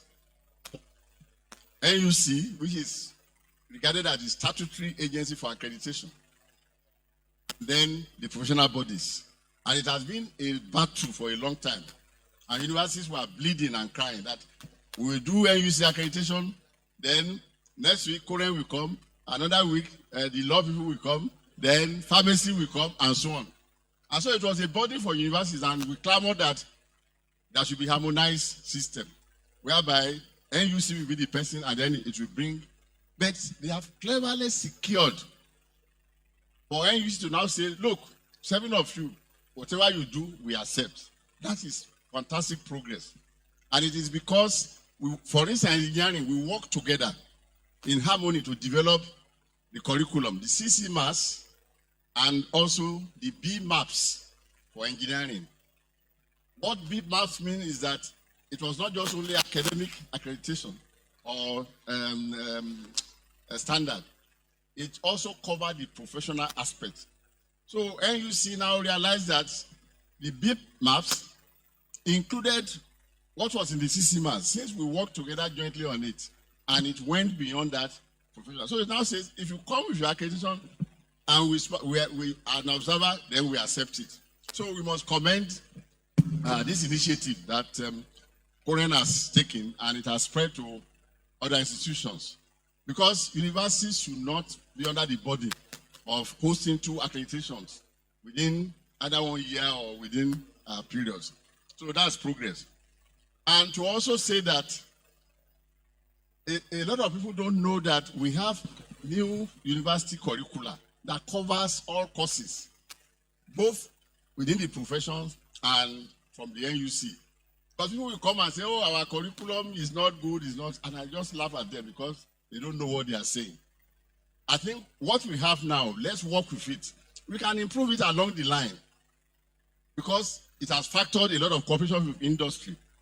And that's the origin of the new scheme with Koren, working with MBT, working with Academy of Engineering, that we must give more resounding training to our young graduates, just like they've been doing before in pharmacy, in law, and medicine. And that's the origin of the residency program that will soon take off. So if all these things are done, within some few years, we will see progress. And the aspect of standardization, which he has said, he has been very extensive and very methodical, and we are going to see the impact. My fear is the weak link. SON is still a weak link. Standards Organization of Nigeria. They are more commercial than innovative and proactive. They think more of the monetary aspect, and that cannot produce the result to agriculture. There are no standards goods in this country because of their approach. So maybe if they can learn from the approach that Koren is bringing, we can get better results. I narrated in the morning how we brought ISO to this country and they agreed with SON. Today, they have not taken action on the outcome of that meeting. So you have to try and take care of that weak link so that all your efforts will not be in vain. I think NIA will support the initiative and will go on. And apart from the last question that Madam did not answer, I think she has shown us what standardization is and how women should be factored into this arrangement. So these are very brilliant submissions, and I commend this profession for producing these good templates for us to follow. Thank you very much, sir. Thank you very much, sir. Before we wrap up this session, I wouldn't know whether we would have some words of advice or from our elders in the house. We would appreciate if there's anything they want to add to. Nothing from. All right. Okay. All right. Thank you very much, sir. So I want us to put our hands together for the panelists as they go back to their seat. Photograph. Okay, let's have a photograph. Please, we'll quickly have a group photograph.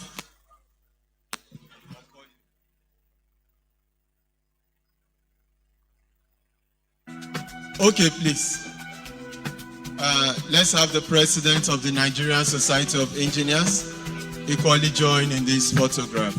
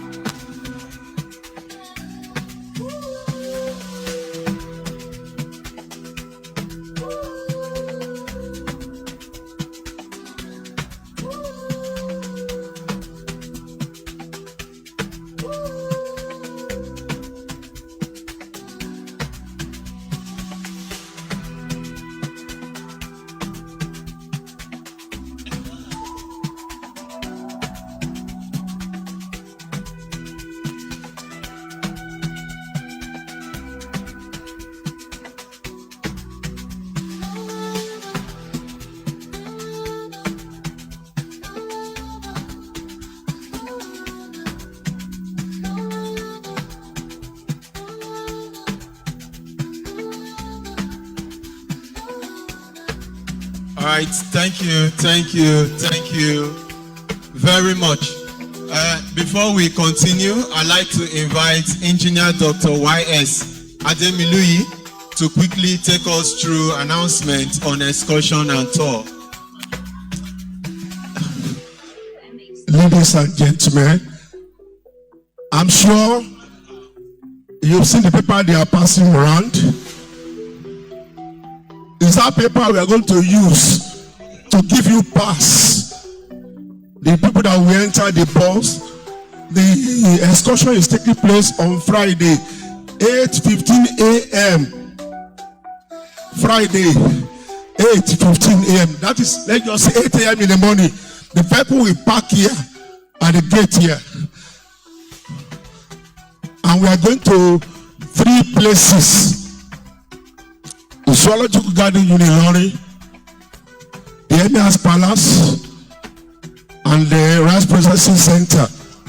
But from today, as I said early in the morning, the major excursion place is NCAM on its own. We have different departments, different workshops. The farm power machinery is there. The engineering and scientific services is there. We have our farm village. We have all things you can think of in engineering. We have greenhouses, soilless farm. We have our innovation center, as they said. We have our museum. We have all you can think of in agri-engineering at this center. People are there waiting for you to come and inspect. And also the exhibition ground is functioning. People are standing there.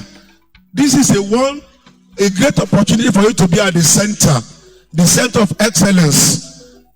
NCAM belongs to all agri-engineers all over West Africa. Because presently, NCAM has been chosen as the center of excellence for mechanization under CORAF. That's West African Agricultural Research Council. Please ensure, clap for NCAM.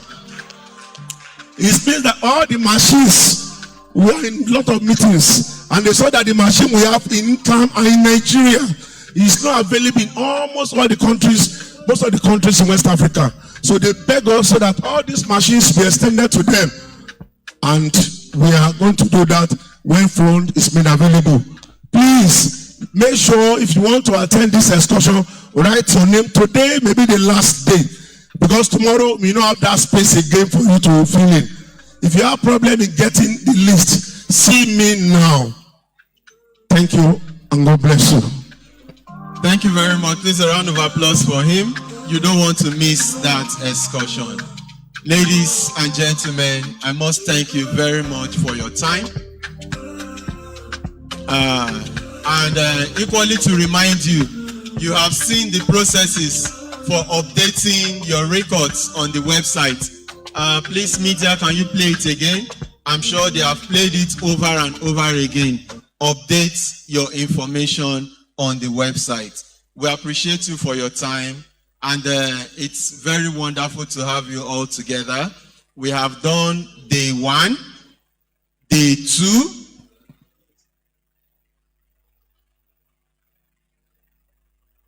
we have done day 1, day 2, day 3, and to the glory of God Almighty, tomorrow, Thursday, 13th November, will be day 4 of our conference. Can we please put our hands together for ourselves? And then all day tomorrow, exhibition continues. Even when we close from here, please visit the exhibition arena. Tomorrow from 10 a.m. to 5 p.m., the NIAE spouses program continues, and also the NIAE students program. Then for the technical sessions for tomorrow, we shall converge here at 8:30 a.m. Then from here, we'll break into the various rooms. It is on your program. I may not be able to read every one of them. Some of the various sessions will be here at the glass house. On the first floor, we have various rooms. It is on your program. Then where you see conference center. Conference center is not here in the glass house. Conference center, when you go out, you will see one building. You will see the first building. The next building that you will see in front of you is the conference center. So we ask that you please come here early by 8:30 a.m. so that from here we pray and then we all move to our various centers. And after that, we will converge for the tea break and then continue to the next part of the program, where we shall end with the dinner and award night, grand finale. Everybody will dance. And then on Friday, that one is a special day. The day we'll come and discuss and tell ourselves who we really are. You know, the AGM and then the election. So ladies and gentlemen, after we close now by reciting the national pledge, we shall now go for our lunch. When you take your lunch, you can now go home and rest very well. But please visit the exhibition center. Thank you very much. Please let us rise for the national pledge. So after the count of 2, we take the pledge. 1, 2. I pledge to Nigeria, my country, to be faithful, loyal, and honest, to serve Nigeria with all my strength, to defend her unity and uphold her honor and glory. So help me God. Amen. Thank you all very much. Please enjoy your evening.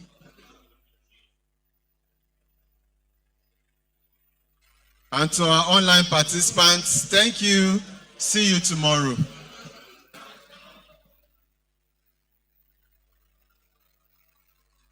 Please, you can now go and pick up your lunch.